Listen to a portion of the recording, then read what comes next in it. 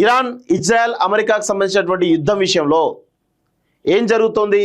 సముద్ర గర్భ కేబుళ్లను ధ్వంసం చేస్తామంటున్నారు. సముద్ర గర్భం కేబుళ్లను ధ్వంసం చేస్తామని చెప్పేసి ఇరాన్ చాలా స్పష్టంగా చెప్తుంది. సో ఒకసారి దాని గురించి డీటెయిల్గా మాట్లాడదాం. మా ఓడరేవుల దిగ్బంధన ఆపకపోతే దాడి తప్పదు. ఇరాన్ ఇస్లామిక్ రెవల్యూషనరీ గార్డ్స్ హెచ్చరిక. మా శత్రువుకు సాయం చేస్తే మీ చమురు క్షేత్రాలు ఉండవు. పొరుగు దేశాలకు అల్టిమేటం. హోర్ముజ్లో ఉద్రిక్తత. బుధవారం 4 వాణిజ్య నౌకలపై దాడులు. గుజరాత్కు రావాల్సినటువంటి చమురు ట్యాంకర్ నిర్బంధం. కాల్పుల విరమణను నిరవధికంగా పొడిగించినటువంటి ట్రంప్ ఇరాన్ ఓడరేవుల దిగ్బంధనం కొనసాగిస్తామని స్పష్టీకరణ. శుక్రవారం లోపు 2వ దఫా చర్చలుంటే ఆశాభావం. ఓడిపోయే వారు షరతులు విధించలేరు. తదుపరి చర్చలపై ఇంకా నిర్ణయం తీసుకోలేదంటూ ఇరాన్ చెప్తోంది. ఇరాన్ ఏమంటా ఉంది? చాలా స్పష్టంగా చర్చలు లేవు, ఏం లేవని చెప్తా ఉంటుంది. 2వ విడత సీజ్ఫైర్ అమలవుతుంది. మరికొద్ది రోజుల్లోగా ఆ 2వ విడత చర్చలు చెప్పేసి అమెరికా చెప్తా ఉంది. అమెరికానేమో తలగుతా ఉంది. ఇరాన్ మాత్రం ఆధిపత్యం అట్లనే చెలాయిస్తున్న విషయం చూస్తాను. సో దీనిలో ప్రధానంగా ఇక్కడ చర్చ జరగాల్సిన విషయం ఏంటంటే సముద్ర గర్భంలో ఉన్నటువంటి కేబుల్లు, హోర్ముజ్ జలసంధిలో సముద్ర గర్భంలో కేబుల్ ఉన్నాయి. వాటి ద్వారానే యూరప్ కంట్రీస్ కానీ ఆసియా కంట్రీస్ కానీ పెద్ద ఎత్తున ఇంటర్నెట్ వస్తూ ఉంది. ఇప్పుడు వాటిని ధ్వంసం చేస్తామని చెప్పేసి ఇరాన్ సంబంధించినటువంటి విభాగం చాలా స్పష్టంగా చెప్తుంది. ఒకవేళ ఆ యొక్క కేబుల్లను కనుక ధ్వంసం చేస్తే యూరప్ దేశాలు అదేవిధంగా ఆసియా దేశాలు పెద్ద ఎత్తున ఇంటర్నెట్ సంక్షోభంలో ఉండబోతున్నాయి. ఇది అన్ని దాదాపు ఒక 50 దేశాలకు పైగా అన్ని సేవలు కూడా నిలిచిపోయేటువంటి అవకాశాలు అయితే చాలా స్పష్టంగా కనబడతా ఉంది. ఇది ప్రపంచాన్ని అతలాకుతలం చేసేటువంటి పరిస్థితి. ఒకవేళ సముద్ర గర్భంలో ఉన్నటువంటి కేబుల్ కనుక ధ్వంసం చేస్తే దాదాపు 50 దేశాలు అతలాకుతలం అవుతాయి. ప్రపంచం కూడా అతలాకుతలం అయ్యేటువంటి అవకాశాలు అయితే కనబడతాను. 50 దేశాల ప్రభావం మిగతా అన్ని దేశాల మీద ఉండేటువంటి అవకాశం అయితే ఉంటుంది. సో ఆ దిశగా ఇరాన్ ఎంత లెవెల్లో ఆలోచిస్తుందో చూడండి, చాలా పెద్ద లెవెల్లో ఆలోచిస్తూ ఉంది. సో ఇక్కడ ఏమంటున్నారు? తన ఓడరేవులను అమెరికా దిగ్బంధించడంతో చమురు విక్రయం ఆగిపోయి ఆర్థికంగా ఉక్కిరిబిక్కిరి అవుతున్నటువంటి ఇరాన్ దిగ్బంధనాన్ని వెంటనే ఆపకపోతే పర్షియన్ గల్ఫ్లోని సముద్ర గర్భ ఇంటర్నెట్ కేబుల్ను ధ్వంసం చేస్తామని బుధవారం హెచ్చరించింది. ఈ మేరకు IRGC ఒక ప్రకటన చేసింది. అమెరికా ఇజ్రాయెల్తో గత నెల ఫిబ్రవరి 28న యుద్ధం మొదలైన తర్వాత సముద్ర గర్భ ఇంటర్నెట్ కేబుల్ లక్ష్యంగా చేసుకుంటామని ఇరాన్ ప్రకటించడం ఇదే తొలిసారి.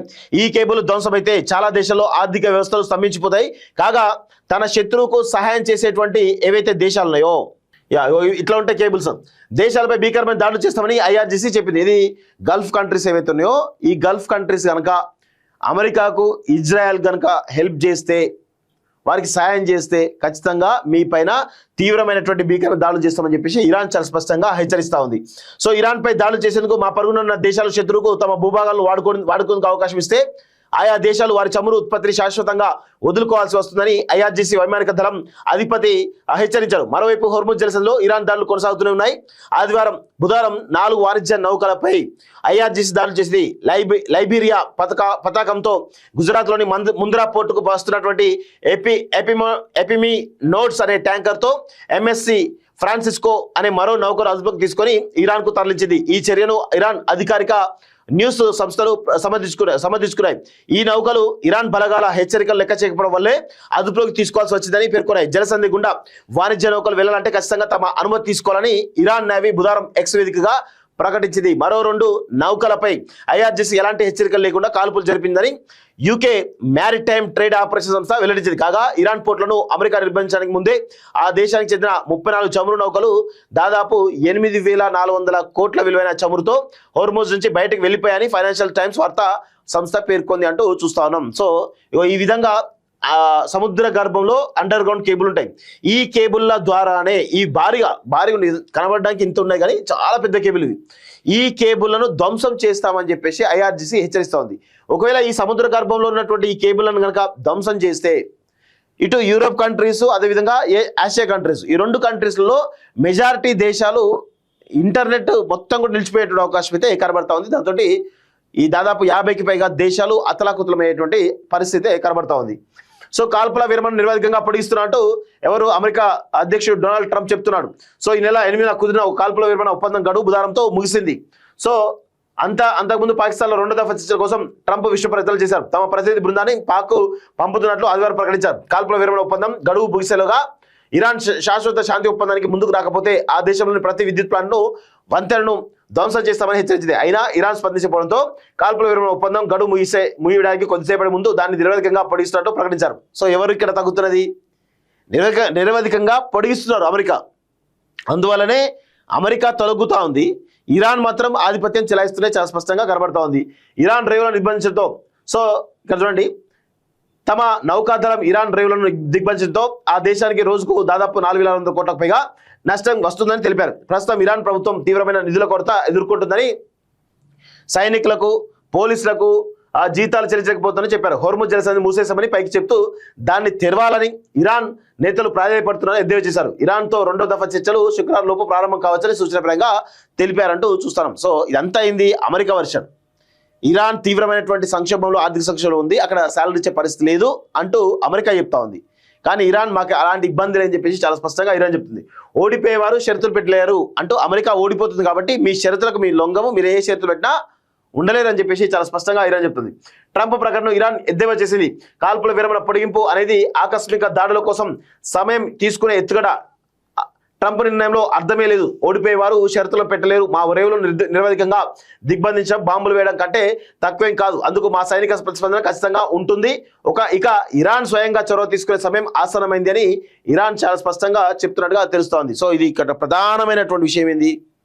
సముద్ర గర్భంలో ఇంటర్నెట్ కేబుల్లు పెద్ద ఎత్తున ఉన్నాయి, వాటిని పేల్చేస్తామని చెప్పేసి మొదటిసారి ఇరాన్ సంబంధించినటువంటి సంస్థలు హెచ్చరించాయి. సో అవి జరిగితే కనుక ఇప్పటికే నౌకలు అడ్డుకుంటా ఉన్నారు. హోర్ముజ్ జలసంధి గుండా వెళ్ళేటువంటి నౌకలు తమ అనుమతి తీసుకునే వెళ్ళాలని చెప్పేసి ఇరాన్ చాలా స్పష్టంగా చెప్తుంది. ఏవైతే అనుమతి తీసుకోకుండా వెళ్తున్న నౌకలు ఏవైతే ఉన్నాయో అవి ఏ దేశాన్ని అయినా సరే అడ్డుకుంటున్న విషయం చాలా స్పష్టంగా తెలుస్తూ ఉంది. సో ఇప్పుడు సముద్ర గర్భంలో ఉన్నటువంటి అండర్ గ్రౌండ్ కేబుల్ను ధ్వంసం చేస్తామని చెప్పడం, ఇటు హోర్ముజ్ జలసంధిలో ఏవైతే నౌకలు వస్తాయో వాటిపై కాల్పులు జరపడం, వాటి అదుపులో తీసుకోవడం, ఇవన్నీ చూస్తూ ఉంటే ఇంకా ఇరాన్ చాలా స్పష్టంగా ముందుకు పోతున్నట్టుగా అర్థమవుతుంది. సో అమెరికా కొంచెం తలగుతూనే ఉన్నట్టుగా కనబడతా ఉంది తప్ప అసలు ఇరాన్ ఎక్కడ కూడా తగ్గడం లేదు. నేడే పోలింగ్. బెంగాల్లో తొలి దశలో 152 స్థానాలకు ఎన్నికలు. జాబితాలో తాజాగా 130 మంది పేర్లు చేర్చిన ఈసీ బయటి వ్యక్తులకు హోటల్లో ఆశ్రయం ఇవ్వద్దని ఆదేశం. ఈవీఎంలపై ఇంక్, అత్తరు, రసాయనాలు పూస్తే చర్యలు. తమిళనాడులో ఒకే విడతలో 234 స్థానాలకు ఎన్నికలు అంటూ చూస్తాం. సో ఈరోజు తమిళనాడులో మొత్తం పూర్తి స్థాయిలో తమిళనాడు ఎన్నికలు జరగబోతున్నాయి. ఈరోజు ఓటింగ్ జరగబోతుంది. పశ్చిమ బెంగాల్ మాత్రం 152 స్థానాలకు మొదటి విడతగా జరుగుతున్నట్టుగా తెలుస్తూ ఉంది. సో ఇది 2 స్టేట్స్ కూడా, ముఖ్యంగా తమిళనాడు అంటే ఇక బీజేపీ రాదు ఎట్లాగూ, అక్కడ డిఎంకే, ఏఐడిఎంకే, టీవీకే ఈ 3 పార్టీల మధ్య పోరున్నట్టుగా అర్థమవుతుంది. పశ్చిమ బెంగాల్లో Mamata Banerjee party Trinamool Congress versus BJP fight టఫ్గా నడుస్తున్నట్టుగా చాలా స్పష్టంగా అర్థమవుతుంది. అందులో బీజేపీ తృణమూల్ కాంగ్రెస్ మధ్య టఫ్ ఫైట్ ఉంది. ఎవరు గెలుస్తారు ఎవరు ఓడిపోతారో చూడాల్సినటువంటి అవసరం అయితే ఉంది.